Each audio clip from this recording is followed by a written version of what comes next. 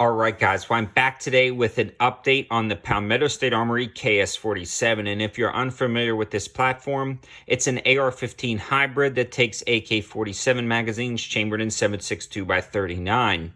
This is about a 3,500 round update. I did some initial reviews and probably some initial updates. I can't really remember how many videos I've done specifically on this firearm, but I wanted to make an update video because this has been the workhorse of 704 Tactical since the ammo crisis. Now, for a while, I've been testing a ton of different optics on this rifle because of the ability to use that cheaper 7.62 by 39 ammunition.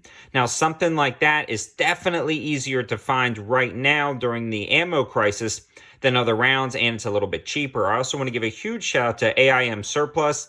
These guys have been selling ammo at cost. They seem to get 7.62 by 39 in more than other calibers, and it's still more affordable. So I've been buying it from there when I can snag it.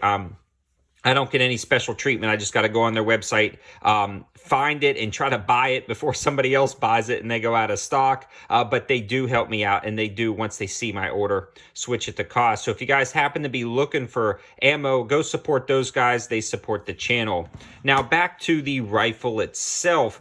I've been putting a lot of steel-cased ammunition through it, but I've also run some brass-cased ammunition through it, and it's not picky at all. It likes steel, it likes brass, but primarily, I'd say about 3,000 rounds of this has been steel-cased, either Tola, Wolf, or Red Army Standard, which I think is rebranded Tola ammo. So this thing has been fed a steady diet of steel-cased ammo, and it has been reliable. This is a bomb-proof build. Everything is rock solid. I think at one point, after about 1,500 rounds, one of the trigger pins walked loose. That was resolved, and it went from there. But that's literally the only issue I had. Sometimes that stuff happens, but that's not a breakage of the rifle. And at 3,500 rounds in, it's holding up really, really nicely. This has been part of like every water bottle test and all of those budget optics I've been testing, and that top rail is holding up well. You can see though, as many times as I swap optics and beat this upper rail assembly, it's holding up really good, and the front rail system is locked up solid. If you guys know, the 7.62 by 39 round does pack a pretty big punch, especially in an AR-15 platform, and the buffer system has been holding up well. Also, I don't have any issues, no big tears in the back of the buffer. Everything's holding up good, and it's still functioning great. And again, that rail is locked up solid. No issues there whatsoever. Also, I've been running it suppressed a little bit. I pulled off the front muzzle. I've probably put about 500-600 rounds suppressed through this gun, and it functions flawlessly. This gun has been wet in the snow. It's done a whole lot of things. And guys, it's holding up really well. There's no real rust on the gun. Maybe some slight discoloration of the gas block because we do run it so fast and so hot. All of my Olight reviews here in the past 7 months when I'm doing testing for Olight's products have been on this rifle, so it saw all of those rounds. And those tests are indicative of me mag dumping to get a lot of rounds through to test the capabilities of the light. So not only has this seen just sporadic use, it's seen a lot of mag dumps, and it's been holding up great. Again, I love everything about this rifle. There's really no complaints. It's been absolutely 100% reliable, and I really don't clean it that much. If you guys can see, that bolt is gummed up pretty bad, and this is actually after I clean. I think the only thing I've really cleaned on this guy is the bolt every about 1,000 rounds, but I'm working at about 1,500 rounds right now on this BCG, and I haven't cleaned it yet. Every once in a while when I'm doing like a critical video, I'll drop some oil on it before I go to the range, but that's about it. It's been functioning great.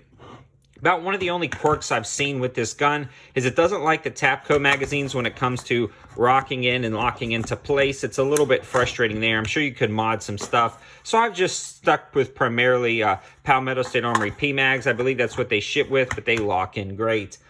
Functionally, it's working great. Accuracy-wise, it's still holding really tight groups, even with steel-cased ammunition. Just the other day, I took it out at 125 yards and was plinking 6-inch plates at 125 yards with the North Tac 1-4 optic on the 4-power setting. So plenty accurate for what I need this gun for. I mean, 200-300 yards max range is what I'm ever going to shoot this at. And at 100 yards, I mean, it was just nailing that 6-inch every time. So no issues there. I imagine if you use more precise ammo than that Wolf, you could even really tighten up the groups more than that. I think this is going to be maybe even a 1 to 2 MOA rifle with match ammunition. But again, I really haven't shot this on paper, so I can't testify to its precision rifle capabilities. But again, that's not what this gun is for.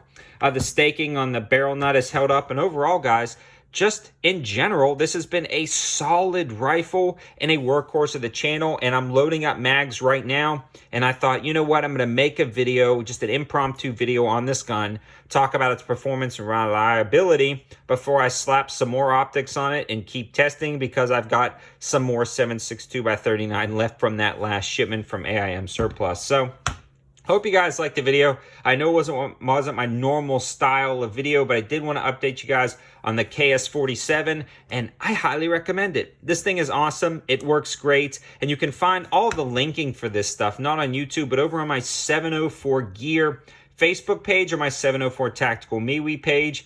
And then I also have an Instagram where I post updates and things like that. You guys can follow me over there. I also have a 704 Gear YouTube page, and that's going to give you some interesting gear reviews, but also be a backup in these tumultuous times that we're seeing on YouTube and in society. In case something happens to this channel, you can find me on the 704 Gear YouTube. Thanks for watching, guys. Have a good one.